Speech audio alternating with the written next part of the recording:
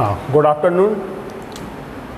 Class 10th में हम discuss कर रहे थे चैप्टर इलेक्ट्रोमैग्नेटिक इंडक्शन के बारे में। चैप्टर का नाम है हमारा क्या? Magnetic effect of electric current. ठीक है, इस वाले चैप्टर में है ना, magnetic effect of electric current. इस चैप्टर में हमें पढ़ाना है क्या? Electromagnetic induction. ठीक, इसके पहले का आप सब पढ़ा चुके हैं। देखो जरा इलेक्ट्रोमैग्नेटिक इंडक्शन क्या होता है। ठीक, एक साइंटिस्ट है फेराडे है ना, हेनरी, लेंज, ये सब साइंटिस्टों के नाम हैं। देखो हमने तुम्हें बताया था शुरू में कि अगर किसी वायर में करंट फ्लो होता है तो करंट के फ्लो होने से क्या प्रोड्यूस हो जाती थी स्पेस में? Magnetic field. तो मैग्नेट के इफेक्ट से भी करंट फ्लो होना चाहिए, और उस करंट को चूंकि बैटरी से फ्लो नहीं होता है, इसलिए उस करंट को चूंकि मैग्नेट के इफेक्ट से प्रोड्यूस करेंगे तो उस करंट को हमने क्या बताया था, क्या कहते हैं हम?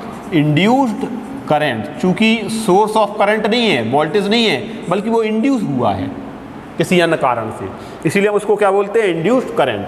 तो सबसे पहले हेनरी ने, ठीक है, एक एक्सपेरिमेंट किया। देखो आज हम फिर से उसको शुरू से समझाते हैं इलेक्ट्रोमैग्नेटिक इंडक्शन होगा क्या। हमने एक कॉपर के वायर की क्या बनाया? कॉइल। कॉपर के वायर की बाइंडिंग कर करके है ना, नंबर ऑफ टर्न बना करके इस तरीके से एक कॉइल बना ली। ठीक है, और इस कॉइल के साथ कनेक्ट कर दिया एक गैल्वेनोमीटर। कल हमने तुम्हें गैल्वेनोमीटर दिखाया था। ठीक है, और उस गैल्वेनोमीटर का काम क्या है? डिफ्लेक्शन। अगर इस कॉइल में करंट फ्लो होगा तो क्या है, इसको नाम दे दो क्या? कॉइल। ठीक है, ये क्या है हमारा? गैल्वेनोमीटर।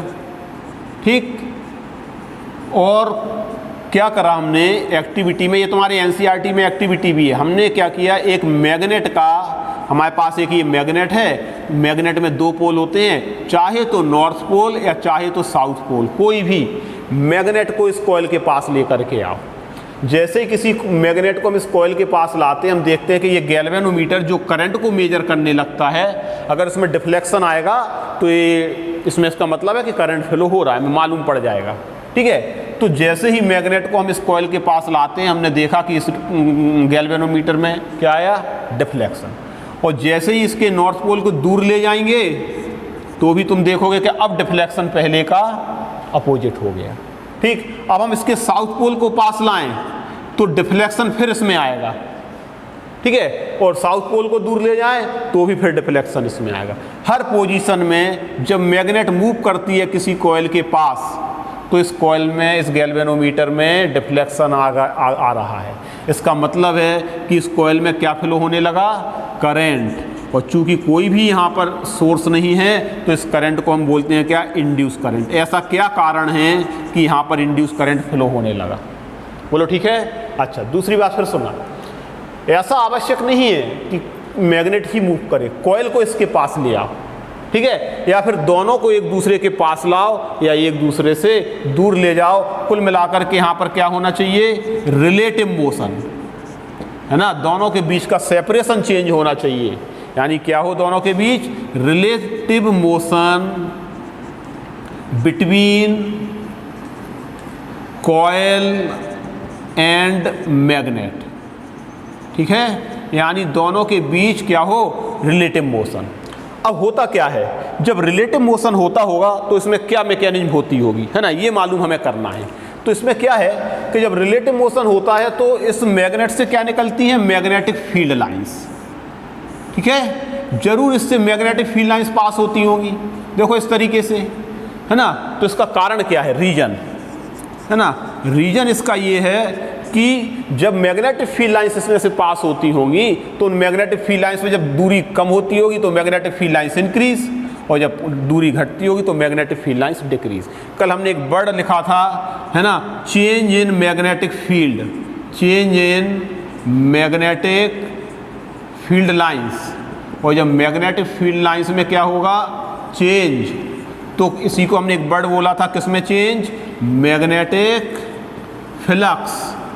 जब एरिया का मल्टीप्लाई करते हैं विशेष परिस्थिति में, सर्कमस्टांसेस में, तो वो क्या बन जाता है? Magnetic flux. ठीक है, यानी मैग्नेटिक फ्लक्स में जब चेंज होगा, ठीक है, तो इसमें क्या क्या प्रोड्यूस हो जाता होगा, क्या इंड्यूस होता होगा, वोल्टेज, उसको हम बोलते हैं इंड्यूस्ड वोल्टेज, और वोल्टेज का नाम यहाँ पर बोलते हैं electromotive force, that is called electromotive force.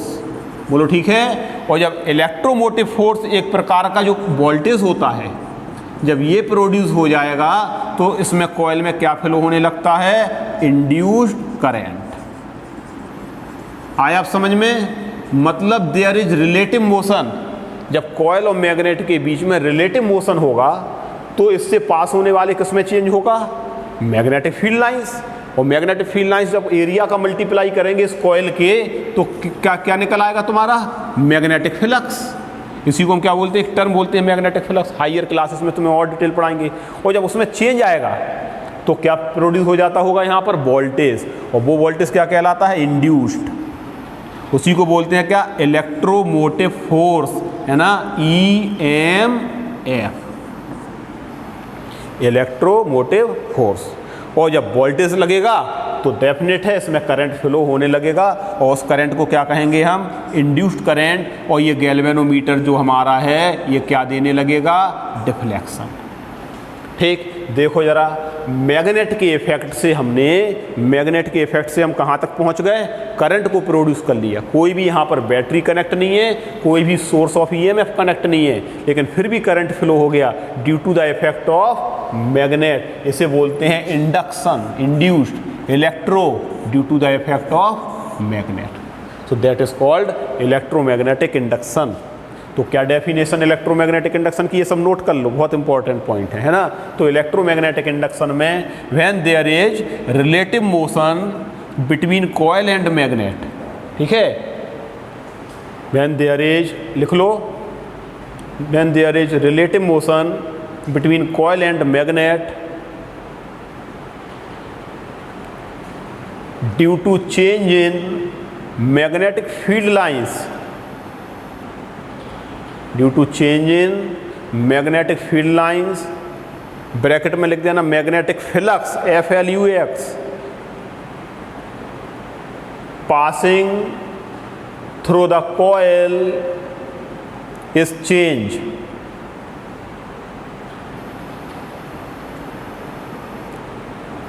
Hence, induced electromotive force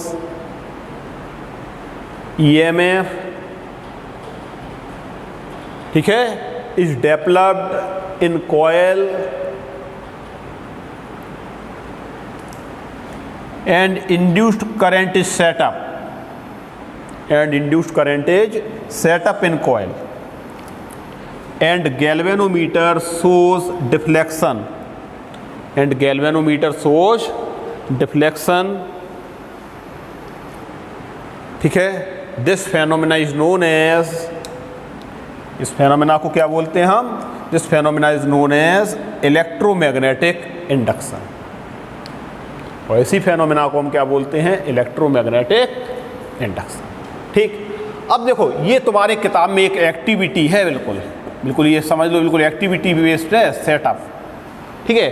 अब इसी को दूसरे तरीके से भी हम और समझते हैं, देखना जरा, दूसरी एक और दूसरे प्रकार की एक्टिविटी करते हैं। हटा इसको, देखना जरा, ये मेन कॉज है लेकिन इसका, है ना, मेन थीम इसकी यही है। हाँ, अब जरा देखना, हम एक मैग्नेट को नहीं लें, है ना, हमने अब यहाँ पर एक मैग्नेट को नहीं ली, बल्कि दो कॉइल हम ले लें। एक कॉइल हमारे पास ये है, ठीक है, कॉपर की ही कॉइल है, और इसको नाम दे दें हम क्या, कॉइल 1, ठीक है। एक हमारे पास इसी के नज़दीक एक दूसरी कॉइल हम ले लेते हैं इस तरीके से, और इस कॉइल से हमने क्या कनेक्ट कर दिया, वही गैल्वेनोमीटर, इस तरीके से, ठीक है। अब हम यहाँ पर मैग्नेट को नहीं लाएंगे पास में, बल्कि इसको नाम दे दो, एक कॉपर की कॉइल है, इसको नाम दे दो कॉइल 1, और इसको नाम दे दो कॉइल 2, और इसको इसी के नज़दीक रख करके इस कॉइल से कनेक्ट कर दो क्या, एक बैटरी को और एक की को, ठीक है। अब 2 कॉइल्स हमारे पास हो गई, और इस पहली कॉइल में हमने किसको कनेक्ट कर दिया, एक बैटरी और एक की स्विच को, और इसके नज़दीक, है ना, नेबरिंग में एक सेकंड कॉइल 2 रख दी, और उससे हमने कनेक्ट कर दिया गैल्वेनोमीटर। अब इसी फेनोमेना को देखो दूसरा एक्टिविटी से समझने का तरीका है ये, है ना। यानी अब हम यहाँ पर मैग्नेट नहीं ला रहे, बल्कि इस कॉइल में देखो जरा, यहाँ पर इस कॉइल में हम इस की को जब प्रेस करेंगे तो इस कॉइल में क्या फ्लो होगा, कॉइल 1 में करंट। अब देखना, और जब करंट फ्लो होगा तो करंट के इफेक्ट से इसमें क्या प्रोड्यूस हो जाएगी, मैग्नेटिक फील्ड। जो शुरू के चैप्टर में पढ़ा है ओरस्टेड एक्सपेरिमेंट, कि किसी कॉइल में अगर हम करंट फ्लो करते थे ना तो सेंटर पर और एक्सिस पर क्या प्रोड्यूस होती है, मैग्नेटिक फील्ड। मतलब इस एक्टिविटी में अब हम मैग्नेट को नहीं लाएंगे, बल्कि मैग्नेट को प्रोड्यूस करने के लिए एक कॉइल लेकर के उसमें करंट पास करा दें, और किसी कॉइल में अगर हम करंट पास कराएंगे तो भी मैग्नेटिक फील्ड प्रोड्यूस हो जाएगी। अब जैसे ही तुम इस कॉइल में, पहले कॉइल में इस करंट को चेंज करोगे, है ना, चेंज इन करंट करोगे, तो जैसे ही चेंज इन करंट करोगे तो इससे जो मैग्नेटिक फील्ड पास होगी वो मैग्नेटिक फील्ड भी चेंज होगी। अरे देखो, नेबरिंग में ये कॉइल 2 रखा है, यानी यहाँ पर जब ये करंट को चेंज करोगे तो जो यहाँ पर मैग्नेटिक फील्ड प्रोड्यूस हो रही है, this magnetic field will also change. बोलो ठीक है, this magnetic field will also change. और जब मैग्नेटिक फील्ड में चेंज आएगा इस कॉइल में तो मैग्नेटिक फ्लक्स चेंज होगा, और मैग्नेटिक फ्लक्स चेंज होगा तो इसमें क्या प्रोड्यूस हो जाएगा, बोलो, इंड्यूस्ड करंट। पहले इंड्यूस्ड वोल्टेज प्रोड्यूस होगा और फिर क्या प्रोड्यूस हो जाएगा, इंड्यूस्ड करंट। देखो कितना इंटरेस्टिंग फेनोमेना है, दो कॉइलों के बीच, है ना, हमने केवल एक कॉइल में बैटरी से करंट को पास कराया, ठीक है, ये बैटरी का करंट है। और सेकंड कॉइल में जब इंड्यूस करंट फ्लो होगा मैग्नेटिक फ्लक्स के चेंज होने से, मैग्नेटिक फील्ड के चेंज होने से, तो इसमें इंड्यूस्ड वोल्टेज और इंड्यूस करंट फ्लो होगा, और ये गैल्वेनोमीटर क्या देने लगेगा, डिफ्लेक्शन। मतलब एक कॉइल में हम बैटरी से करंट पास करा रहे और पड़ोस में रखी हुई नेबरिंग सेकंड कॉइल जो है इसका गैल्वेनोमीटर डिफ्लेक्शन शो कर रहा है, इसका मतलब इसमें करंट फ्लो हो गया। ये म्यूचुअल है या नहीं है, यानी ये भी एक प्रकार का क्या है, इलेक्ट्रोमैग्नेटिक इंडक्शन का टाइप, है ना। और इसको पढ़ाएंगे तुमको, this is called between two coil, ये कौन सा कहलाता है, म्यूचुअल, है ना, म्यूचुअल इलेक्ट्रोमैग्नेटिक इंडक्शन। इस वर्ड को लिख लो, है ना, और इस एक्टिविटी का ये डायग्राम बना लो, electromagnetic induction, that is called mutual electromagnetic induction. ठीक है, हमारे किताब में, एनसीईआरटी की किताब में इन दोनों कॉइलों को उसने क्या किया जानते हो, कहाँ कितना केवल अंतर कर दिया, ये अलग अलग कॉइलों को ना रख करके एक ही सेटअप में दोनों कॉइलों को उसने ब्रैप्ड कर दिया। कॉपर का वायर लिया और एक ही, है ना, एक ही सेटअप पर उसने क्या करा, इस तरीके से ये है, इस तरीके से इसी पर उसने एक तरफ क्या बाइंड अप कर दी, कॉपर की कॉइल 1, और नज़दीक पड़ोस में क्या, उसी के नेबरिंग एक सेकंड कॉइल को बाइंड अप कर दिया, राइट। और इसमें वही एक बैटरी को कनेक्ट किया और एक की ले लिए, ठीक, और पूरा वही का वही है। और सेकंड कॉइल से क्या कनेक्ट कर देता है, एक गैल्वेनोमीटर, ठीक है। तो ये जाकर के तुम अपनी एनसीईआरटी की किताब में देख सकते हो। So this phenomena is known as mutual electromagnetic induction, ठीक है। जरा बताओ यहाँ तक ये जो टॉपिक है इसका मेन कंसेप्ट क्या निकल करके आया। मेन कंसेप्ट ये है यहाँ पर कि जब हम मैग्नेटिक फील्ड में चेंज करते हैं, है ना, जब हम मैग्नेटिक फील्ड में चेंज करते हैं तो क्या होता है, देखो, जब हम चेंज इन, मेन पॉइंट ये है कि चेंज इन मैग्नेटिक फील्ड, और चेंज इन मैग्नेटिक फील्ड का मतलब चेंज इन मैग्नेटिक फ्लक्स।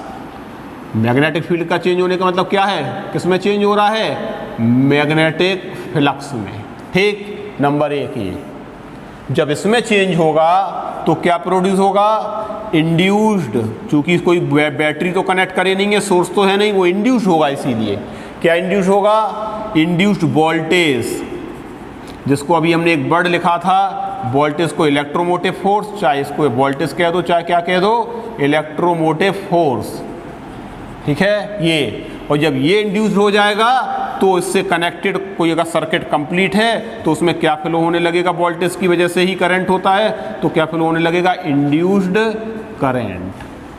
मतलब हमने मैग्नेट के चेंज होने की, मैग्नेट के वजह से कॉइल में क्या फ्लो करा लिया, current. So this phenomena is known as electromagnetic induction, ठीक है।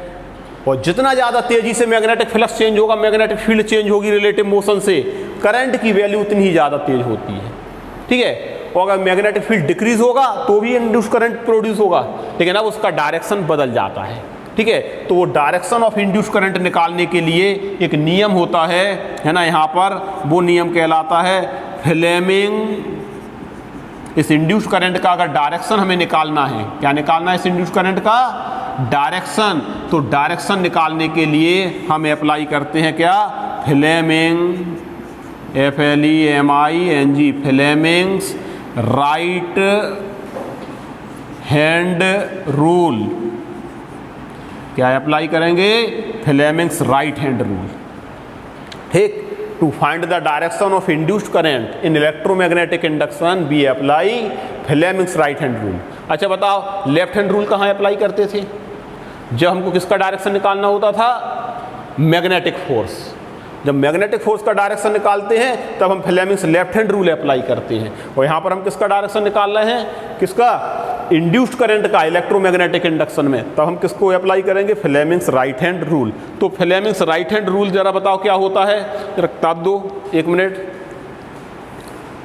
इसका हम डायग्राम की मदद से तुम्हें बताएं कि इसमें फ्लेमिंग्स राइट हैंड रूल तुम्हारा होता है कि अगर हम अपने राइट हैंड की तीनों उंगलियों को परपेंडिकुलर रखें, है ना, और तुम्हारा 4 फिंगर मैग्नेटिक फील्ड के डायरेक्शन में हो, ठीक है, और तुम्हारा थंब किसके डायरेक्शन में हो, मोशन ऑफ कंडक्टर, तो सेंट्रल फिंगर जो तुम्हारी होगी वो किसके डायरेक्शन में होगी, इंड्यूस करंट। देखो हम इसको तुमको बना के दिखाते हैं, इसको ऐसे मत, है ना, केवल हमें ये देखना कि एरो कौन सी, है ना, फिंगर कौन से डायरेक्शन को शो कर रही है। अब हम तुम्हें इसको देखो करके दिखाएं, ये इतने से समझ में नहीं आएगा केवल। ठीक, देखो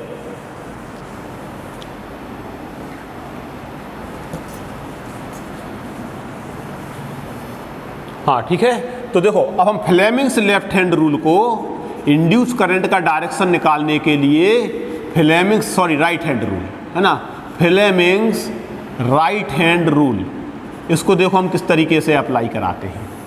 वो ये कहता है फ्लेमिंग्स राइट हैंड रूल में, अगर हम राइट हैंड की तीनों उंगलियों को कैसा रखें, म्यूचुअली परपेंडिकुलर। म्यूचुअली परपेंडिकुलर का मतलब ये इस पर परपेंडिकुलर, और ये देखो इस पर परपेंडिकुलर भी है, और ये इस पर भी परपेंडिकुलर है, यानी तीनों उंगलियों को म्यूचुअली परपेंडिकुलर रखें। ठीक है, जैसे ये मैग्नेटिक फील्ड है, ठीक, तो वो कहता है कि इसमें क्या है कि वो कहता है कि अगर हम इस तरीके से रखें, ये तुम्हारा किसका डायरेक्शन हो, मैग्नेटिक फील्ड का, यानी 4 finger shows the direction of magnetic field. ठीक है, और थंब जो है वो किसके डायरेक्शन में है, जो कंडक्टर यहां पर मूव कर रहा है। देखो हम एक कंडक्टर को मूव कराएं, एक कंडक्टर है हमारे पास PQ, ठीक है, देखो इसको थोड़ा सा ऐसे बना ले रहा है, एक कंडक्टर है हमारे पास PQ, ठीक है, ये तुम्हारा क्या है, मैग्नेटिक फील्ड का डायरेक्शन है।